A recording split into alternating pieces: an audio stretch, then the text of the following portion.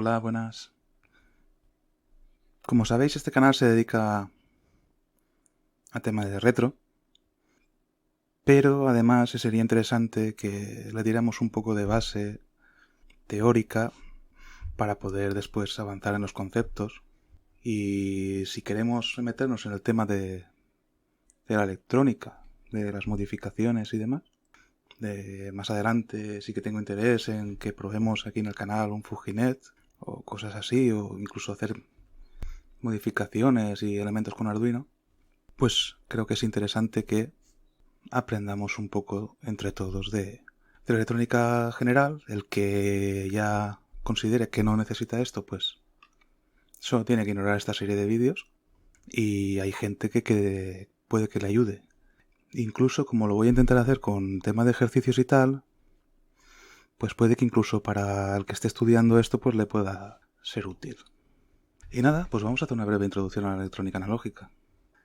Para ello haremos una breve introducción a los circuitos electrónicos, y primero pues debemos de conocer los que son los componentes pasivos, ¿vale? Que son los componentes, pues los más básicos dentro de lo que es la electrónica analógica.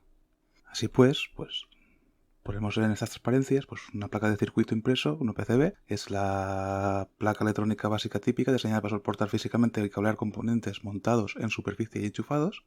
Es básicamente un circuito integrado de toda la vida. De hecho, en la fotografía ahí podéis ver una modificación fácil de hacer, que es cambiarle la pila a un cartucho de Game Boy. Eso es un circuito impreso, pero realmente es un cartucho de Game Boy. A ver si podemos aprender suficiente electrónica como para hacer este tipo de cosas. Y nada, ¿qué es un componente pasivo? Pues los componentes pasivos son aquellos que no tienen la capacidad de controlar la corriente por medio de otra señal eléctrica. Y los principales componentes pasivos son resistencias, condensadores y bobinas.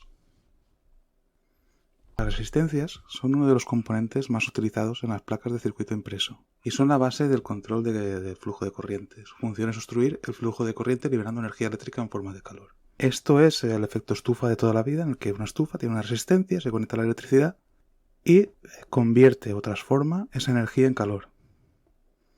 Su función dentro de un componente de una placa de circuito impreso, de las que veremos más adelante, o de los circuitos que calcularemos cuando hagamos algo más de teoría, es el impedir el paso de la corriente. Aquí estos son los símbolos que normalmente vamos a ver en la bibliografía, y es importante remarcar que se mide en ohmios. Después veremos que los componentes que nos vamos a encontrar no van a tener escrito su valor óhmico o su resistencia o sus propiedades, sino que van a venir identificadas con una serie de colores. Concretamente 4 barras de colores.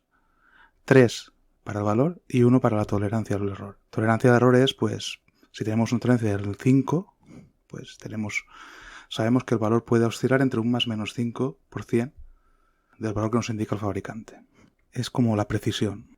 Entonces los primeros colores nos dicen la cantidad de resistencia óhmica que tiene el componente. El primer valor sería un entero, el segundo color sería otro entero, y el tercero un multiplicador que nos dice el número de ceros que tenemos que poner detrás. Así, por ejemplo, que vemos en pantalla que es amarillo, morado, rojo. Amarillo es 4, violeta es 7 y rojo es 2. Como el multiplicador rojo son 2 ceros, sería 4, 7 y 2 ceros, 4700 ohmios o 4,7K. Y aquí vamos a ver un ejemplo práctico en el que tenemos que determinar el valor de una resistencia: verde, verde, dorado, plateado.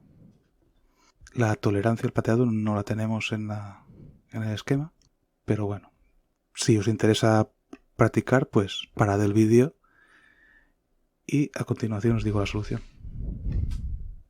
Pues la tolerancia sería la siguiente: sería 5,50 ohmios, y no estaba en la tabla, pero el plateado es una tolerancia del 10%, que no está en la tabla porque la verdad es que es muy poco práctica.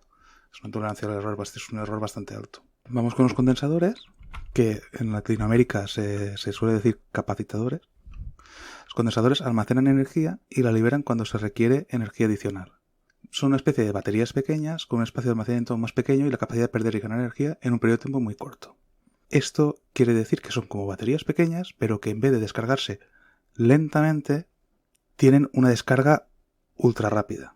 En el siguiente diapositiva podemos ver diferentes tipos de condensadores, sus símbolos. Por ejemplo, el electrolítico es muy usado y se mide en faradios. Como curiosidad, el faradio es un valor súper grande. Entonces lo normal es que los condensadores se vendan en microfaradios, que es la millonésima parte de un faradio. Siguiente apartado serían las bobinas, también llamadas inductancias, y que consisten en un núcleo aislado envuelto en alambre. Tienen también una cierta función de almacenamiento, aunque en el caso de los condensadores almacenan tensión y en este caso almacenan corriente. ¿Cómo? Lo hacen a través de un campo magnético que generan. Aquí tenemos su símbolo y se miden en henrios, que es la letra H.